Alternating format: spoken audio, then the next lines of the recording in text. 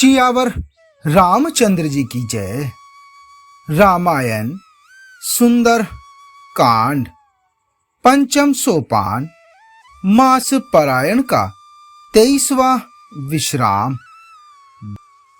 भाग 4। जब श्री हनुमान जी माता सीता से लंकापुरी में अशोक वाटिका में मिले तब वह माता से बोले कि हे माता, अब धीरज धरकर श्री रघुनाथ जी का संदेश सुनिए। ऐसा कहकर हनुमान जी प्रेम से गदगद हो गए। उनके नेत्रों में प्रेमा अश्रुओं का जल भर आया। हनुमान जी बोले कि प्रभु श्री रामचंद्र जी ने कहा है कि हे सीते, तुम्हारे वियोग में मेरे लिए सभी पदार्थ प्रतिकूल हो गए हैं। वृक्षों के नए नए कोमल पत्ते मानो अग्नि के समान, रात्रि काल रात्रि के समान, चंद्रमा सूर्य के समान और कमलों के वन भालों के वन के समान हो गई हैं। मेघ मानो खौलता हुआ तेल बरसाते हैं। जो हित करने वाले थे वे ही अब पीड़ा देने लगे हैं। त्रिविध शीतल मंद सुगंध वायु सांप के श्वास के समान जहरीली और गर्म हो गई है। मन का दुख कह डालने से भी कुछ घट जाता है, पर कहूं किससे, यह दुख कोई जानता नहीं। हे प्रिय, मेरे और तेरे प्रेम का तत्व रहस्य एक मेरा मन ही जानता है और वह मन सदा तुम्हारे ही पास रहता है। बस मेरे प्रेम का सार इतने में ही समझ लो। प्रभु का संदेश सुनते ही जानकी जी प्रेम में मग्न हो गईं। उन्हें शरीर की सुध न रही। हनुमान जी ने कहा कि हे माता, हृदय में धैर्य धारण करो और सेवकों को सुख देने वाले श्री राम जी का स्मरण करो। श्री रघुनाथ जी, प्रभुता को हृदय में लाओ और मेरे वचन सुनकर कायरता छोड़ दो। निशिचर निकर पतंग सम रघुपति बान कृसानु, जननी हृदय धीर धरु जरे निशाचर जानू। राक्षसों के समूह पतंगों के समान और श्री रघुनाथ जी के बाण अग्नि के समान है। हे माता, हृदय में धैर्य धारण करो और राक्षसों को जला ही समझो। श्री रामचंद्र जी ने यदि संदेश पाया होती कि वे विलंब न करते। हे जानकी जी, राम बाण रूपी सूर्य के उदय होने पर राक्षसों की सेना रूपी अंधकार कहां रह सकता है। हे माता, मैं आपको अभी यहां से लिवा चलूं, पर श्री रामचंद्र जी की शपथ है, मुझे प्रभु की आज्ञा नहीं है। अतः हे माता, कुछ दिन और धीरज धरो। श्री रामचंद्र जी वानरों सहित यहां आएंगे। निशिचर मारि तो हिले जय, तिहुपुर नारदादि जसु गेहि। हे सुत कपि सब तुम ही समाना, जातु धान अति भट बलवाना। और राक्षसों को मारकर आपको ले जाएंगे। नारद आदि ऋषि मुनि तीनों लोकों में उनका यश गाएंगे। सीता जी ने कहा कि हे पुत्र, सब बानर तुम्हारे ही समान नन्हे नन्हे से होंगे। राक्षस तो बड़े बलवान योद्धा हैं। अतः मेरे हृदय में बड़ा भारी संदेह होता है कि तुम जैसे बंदर राक्षसों को कैसे जीतेंगे। यह सुनकर हनुमान जी ने अपना शरीर प्रकट किया। सोने के पर्वत सुमेरु के आकार का अत्यंत विशाल शरीर था, जो युद्ध में शत्रु के हृदय में भय उत्पन्न करने वाला अत्यंत बलवान और वीर था। सीता मन भरोस तब भयो, पुनि लघु रूप बवन सुत लयो। अर्थात तब उसे देखकर सीता जी के मन में विश्वास हुआ। हनुमान जी ने फिर छोटा रूप धारण कर लिया।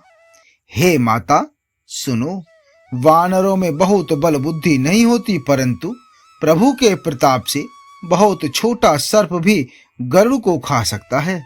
अत्यंत निर्बल भी महान बलवान को मार सकता है। भक्ति, प्रताप, तेज और बल से सनी हुई हनुमान जी की वाणी सुनकर सीता जी के मन में संतोष हुआ। उन्होंने श्री राम जी के प्रिय जानकर हनुमान जी को आशीर्वाद दिया कि हे तात, तुम बल और शील के निधान हो। अजर अमर गुण निधि सुत होहु, करहु बहुत रघुनायक छोहु। करहु कृपा प्रभु अस सुनी काना, निर्भर प्रेम मगन हनुमाना। हे पुत्र, तुम अजर, बुढ़ापे से रहित, अमर और गुणों के खजाने हो। श्री रघुनाथ जी तुम पर बहुत कृपा करें, प्रभु कृपा करें। ऐसा कानों से सुनते ही हनुमान जी पूर्ण प्रेम में मगन हो गए। हनुमान जी ने बार बार सीता जी के चरणों में सिर नवाया और फिर हाथ जोड़कर कहा कि हे माता, अब मैं कृतार्थ हो गया। आपका आशीर्वाद अमोघ है, यह बात प्रसिद्ध है। हे माता सुनो, सुंदर फल वाले वृक्षों को देखकर मुझे बड़ी ही भूख लगाई है। सीता जी ने कहा कि हे पुत्र सुनो, बड़े भारी योद्धा राक्षस इस वन की रखवाली करते हैं। हनुमान जी ने कहा, हे माता, यदि आप मन में सुख माने, प्रसन्न होकर आज्ञा दें, तो मुझे उनका भय तो बिल्कुल नहीं है। देख बुद्धि बल निपुण कपि, कहु जानकी जाहु।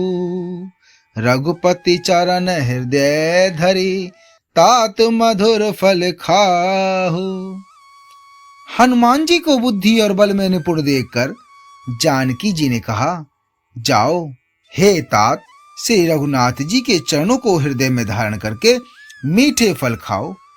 वे सीता जी को सिर निभाकर चले और बाग में घुस गए। फल खाए और वृक्षों को तोड़ने लगे। वहां बहुत से योद्धा रखवाले थे, उनमें से कुछ को मार डाला और कुछ ने जाकर रावण से पुकार की और कहा कि हे नाथ, एक बड़ा भारी बंदर आया है। उसने अशोक वाटिका उजाड़ डाली, फल खाए, वृक्षों को उखाड़ डाला और रखवालों को मसल मसल कर जमीन पर डाल दिया। यह सुनकर रावण ने बहुत से योद्धा भेजे। उन्हें देखकर हनुमान जी ने गर्जना की। हनुमान जी ने सब राक्षसों को मार डाला। कुछ जो अधमरे थे चिल्लाते हुए गए। फिर रावण ने अक्षय कुमार को भेजा। वह असंख्य श्रेष्ठ योद्धाओं को साथ लेकर चला। उसे आता देखकर हनुमान जी ने एक वृक्ष हाथ में लेकर ललकारा और उसे मारकर महाध्वनि बड़े जोर से गर्जना की। कछु मारे सी कछु मर देसी, कछु मिले सी धरि धूरी। कछु पुनि जाई पुकारे प्रभु, मरकट बल भूरी। उन्होंने सेना में कुछ को मार डाला और कुछ को मसल डाला और कुछ को पकड़ पकड़ कर धूल में मिला दिया।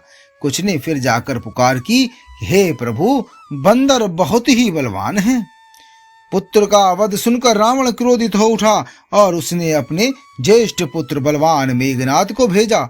उससे कहा कि हे पुत्र, मारना नहीं है, उसे बांध लाना।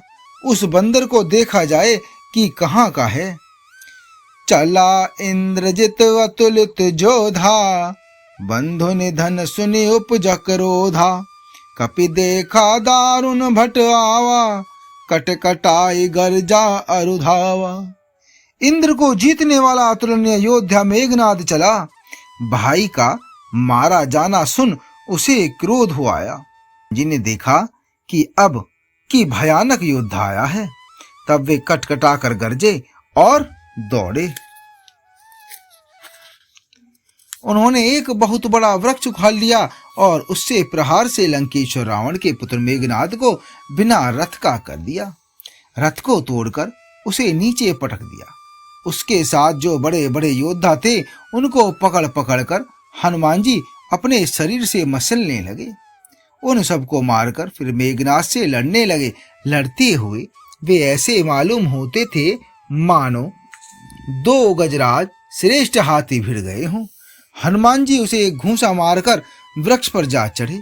उसको क्षण भर के लिए मूर्छा आ गई। फिर उठकर उसने बहुत माया रची, परंतु पवन के पुत्र उससे जीते नहीं जाते।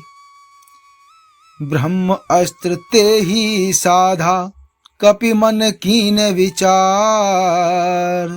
जौ ने ब्रह्मा सर मानव, महिमा मिटई अपार। अंत में उसने ब्रह्मास्त्र का संधान किया।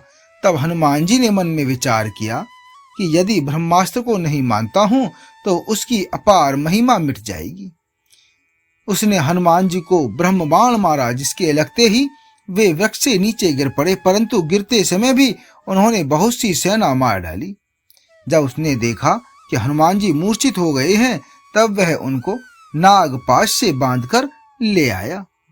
भगवान शिव जी कहते हैं कि हे भवानी सुनो, जिनका नाम जप कर ज्ञानी विवेकी मनुष्य संसार जन्म मरण के बंधन को कट डालते हैं, उनका दूत कहीं बंधन में आ सकता है? किंतु प्रभु के कार्य के लिए हनुमान जी ने स्वयं अपने को बंधा लिया। बंदर का बांधा जाना सुनकर राक्षस दौड़े और कौतुक के लिए, तमाशा देखने के लिए सब सभा में आए। हनुमान जी ने जाकर रावण की सभा देखी। उसकी अत्यंत प्रभुता ऐश्वर्य कुछ कहीं नहीं जाती।